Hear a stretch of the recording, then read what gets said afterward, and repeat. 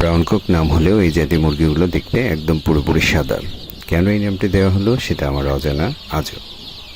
এদের দৈহিক গঠন অনেকটা দেশি মুরগির মতো, খেতেও সুস্বাদু। খুব অল্প শ্রমে এবং কম খরচে এই মুরগিগুলো চাইলে আপনারা লালন পালন করতে পারেন। আমি এই ভিডিওতে 2 বয়সী মুরগি দেখিয়েছি। এদের লালন পালন প্রক্রিয়া, খাবার, রোগ বালাই নিয়ে বিশদ আলোচনা আজ থাকছে না, আগামীতে হয়তোবা কখনো আলোচনা করব। 2 থেকে 2.5 মাস লালন পালন করে কিছুটা প্রফিট বের করে আনা যায় যদি আপনার পালন প্রক্রিয়া সঠিক থাকে। সাথে থাকুন ভাই, আগামীতে আরও নতুন নতুন ভিডিও থাকছে। আসসালামু আলাইকুম, আল্লাহ হাফেজ।